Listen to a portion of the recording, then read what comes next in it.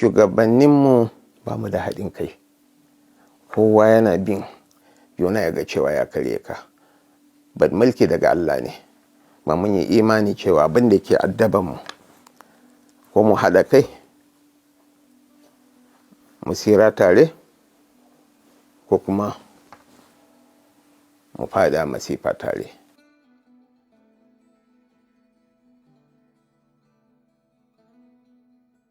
Hakika shugaban kasa yana sane da yanayin da al'ummarmu suke ciki, kuma yana tausaya musu, kuma yana ji musu. Insha Allah gwamnati na kawo tsare-tsaren mu ga cewa al'ummarmu an dauki mataki na karfafa su, musamman ma ta fannin abinci. Dole mu dauki matakai don a rumbun gwamnati mun cire hatsi da dawa da kuma masara har kusan ton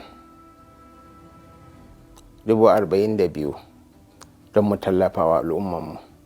In kuma ka lura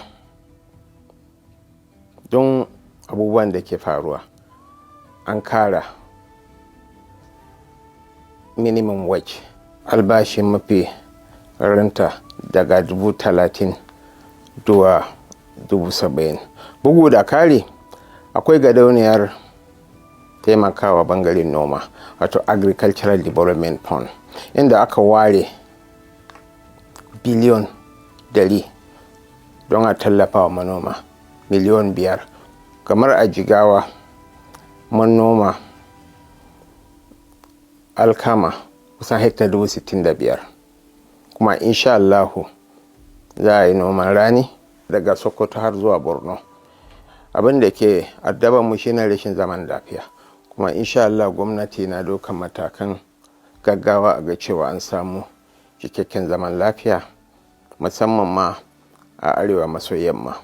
An dan samu sauki a Borno da Yobe, ba samu cikakken zaman lafiyan ba, amma in ka tuna da jiya da yau ka san da an samu canji.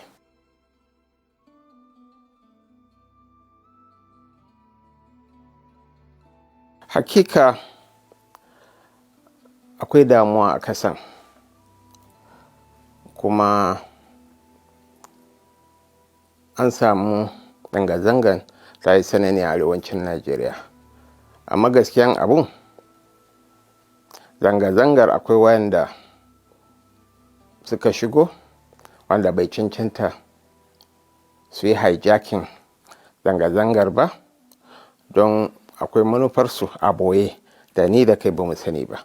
Akwai 'yan siyasa da suna da boyayyen manufa wanda bai fito a bayyane ba, wanda suna so su kawo rudani a kasan, suna so su jefa kasan a cikin wata rikici da ba za mu fita ba. Ka san me ya faru a Sudan, a tuna da me ya faru a Libya, a tuna da me ya faru a Syria. Muna nan akan bakanmu, insha Allahu za mu dauki duk matakan cewa mun taimaka al'ummarmu da mun san suna cikin sananin rayuwa, amma kuma akwai hakkin al'umma mu ga cewa an kare dukiyoyinsu da rayukansu.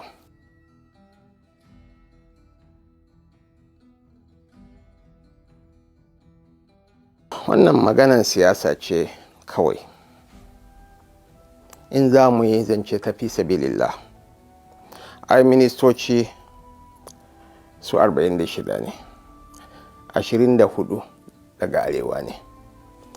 Manyan ma'aikatan gwamnati wanda suke da amfani ga arewa, kamar fannin tsaro, kamar fannin ilimi, kamar fannin noma, su waye ne suke jagora? Ba ma adalcin ba, ana ma fifita arewa. Don me? An kirkiro da ma'aikatar kiwon dabbobi, su waye ne za su amfana fi sabilillah? 'Yan arewa ne.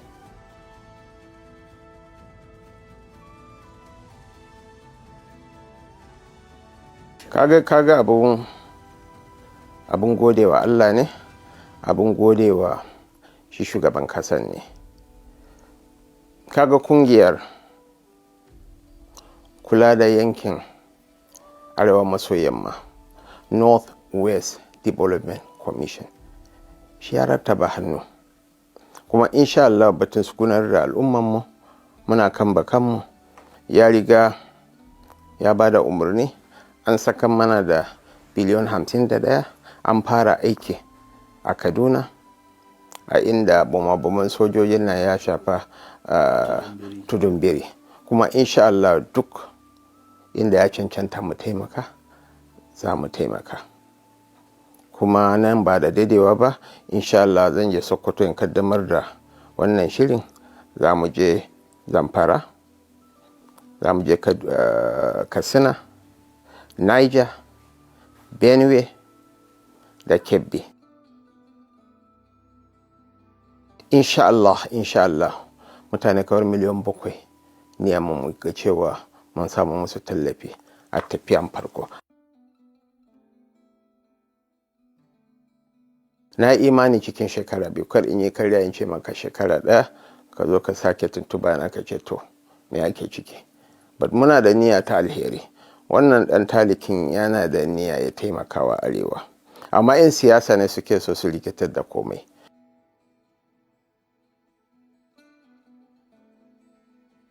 In ce musu muna da kyakkyawan niyya na cewa mun samu musu abubuwan yi. Kaga an kawo tallafin ma ɗaliban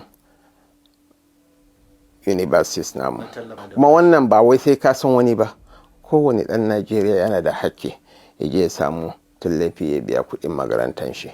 Bugu da kare akwai abubuwa da yawa kamar Outsource to Nigeria Initiative, wanda muna yi da private sector.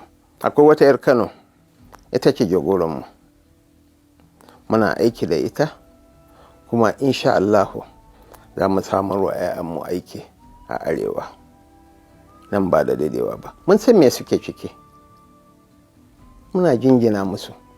'Yan uwanmu ne, yaranmu ne, kuma tun ba yau ba, tun kafin zama mataimakin shugaban kasa yana ta nanatawa dole mu tashi mu yi sayin daka, mu hada karfi da karfe, mu ga inda dare ya yi mana. Nan ba da daidaiwa ba insha Allahu za mu taro na gwamnoninmu da attajiranmu da manya-manyan 'yan siyasanmu na arewacin nan. A cikin sati 2-3 nan insha Allahu muna shiri da shi chairman na gwamnonin arewa, wato Muhammad Inuwa Yahaya, gwamnan Gombe, mu ga cewa mun tara mutanenmu. Ba dalilin da za a yi talauci a arewacin Najeriya, babu abin da ba mu da shi. Shugabanninmu ba mu da haɗin kai, kowa yana bin yona ya ga cewa ya karye ka. Bad mulki daga Allah ne, ma mun yi imani cewa abin da ke addabanmu ko mu haɗa kai mu sira tare ko kuma mu fada masifa tare.